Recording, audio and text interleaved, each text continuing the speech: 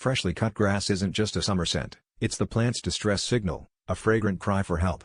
When you mow the lawn, the grass releases volatile organic compounds, a kind of SOS to nearby plants, warning them of danger. These airborne chemicals can trigger neighboring plants to bolster their defenses, gearing up for potential threats. It's like the grass is rallying the troops, calling out to its green comrades, and even attracting insects that prey on its attackers.